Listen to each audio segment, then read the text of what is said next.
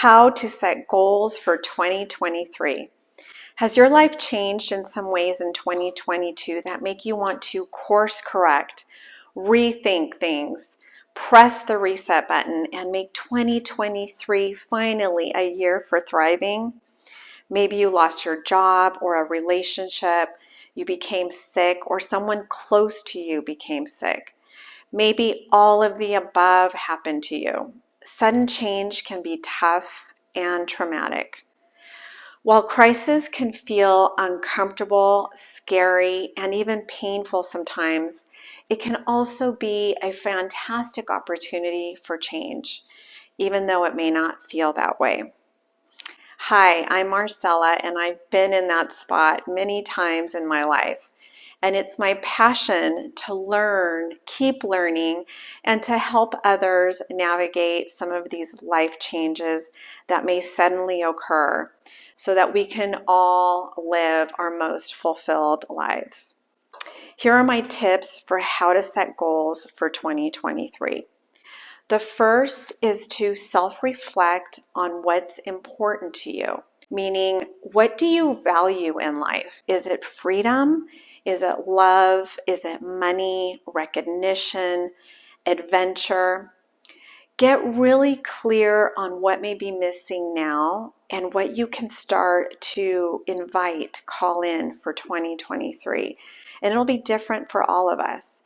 For example, if you really value freedom, get really clear on what that means to you. The word is a very vague, abstract term, so freedom can mean something differently for everyone. For you, it might mean freedom from an unfulfilling job.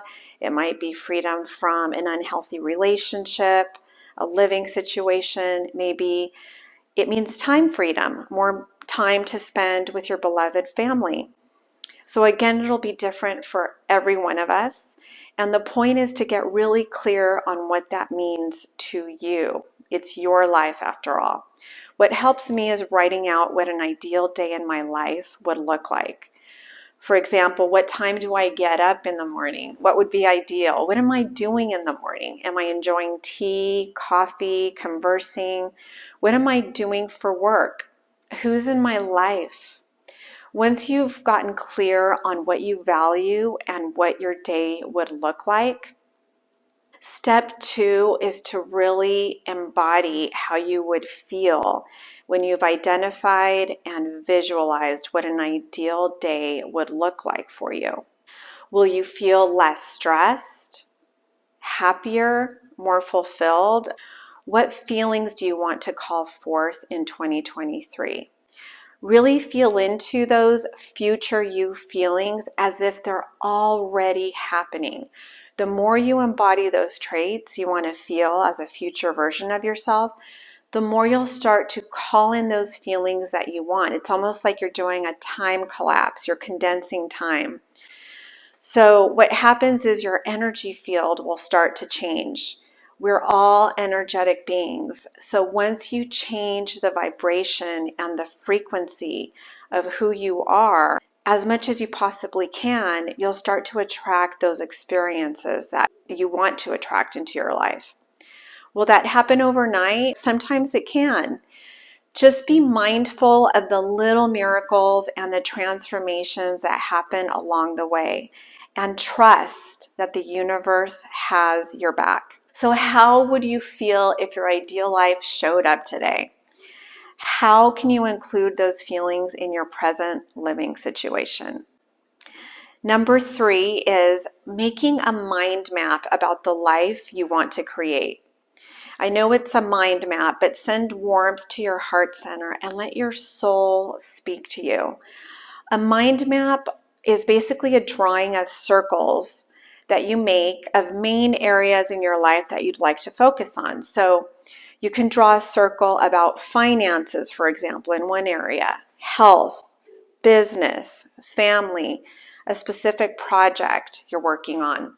It really doesn't matter. It's what's important to you. And once you have those main circles identified, then you draw circles, little circles, as offshoots from the bigger circle for ideas you have of how you want to create that in your life.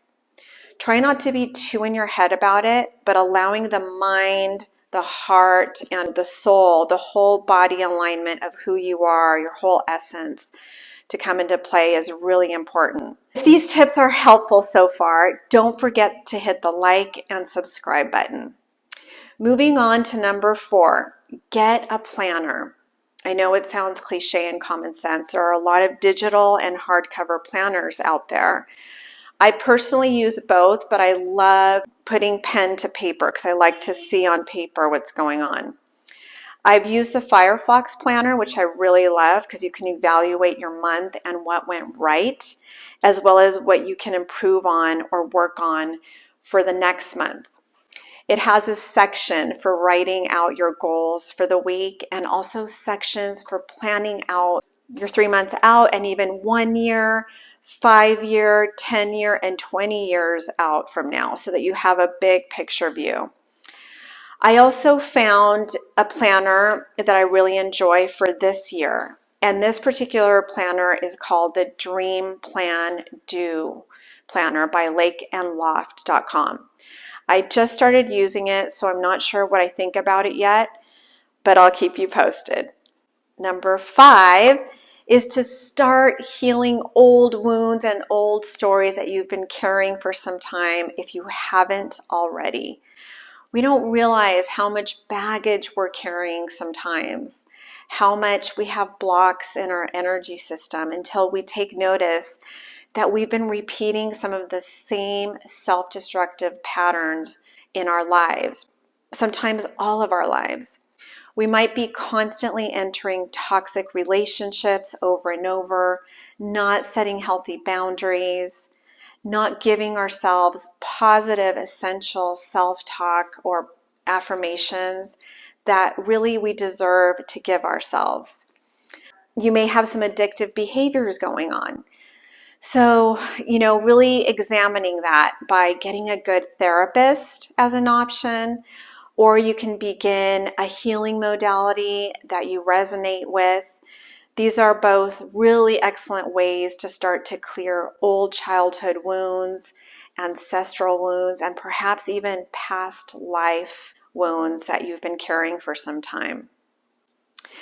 The 6th step is to take daily action towards your goals. Review what you wrote and your bigger picture goals. What can you do today to be 1 step closer to that goal? Just 1 small step. If you do that cumulatively, if you do that over time, you'll get to your outcome. If you want to live with more peace, for example, what small step can you make today to make that a reality? How can you include time for peace starting today if that's something essential for you? Even if it's just 10 or 15 minutes. Number 7 is to review your accomplishments and what you might want to improve on for the following month. Assessing each month by celebrating your wins and recognizing what needs to be improved or accomplished going forward are a way to keep your goals front and center. So I hope these tips for how to set goals in 2023 have been helpful. What's one tip that you can incorporate to help you set your goals for 2023? I'd love to know it. Type it in the comments and be sure to hit the subscribe button and the like button for more content to help you live your healthiest, most fulfilled life, especially after midlife. Have an awesome 2023, and I'll see you in the next video.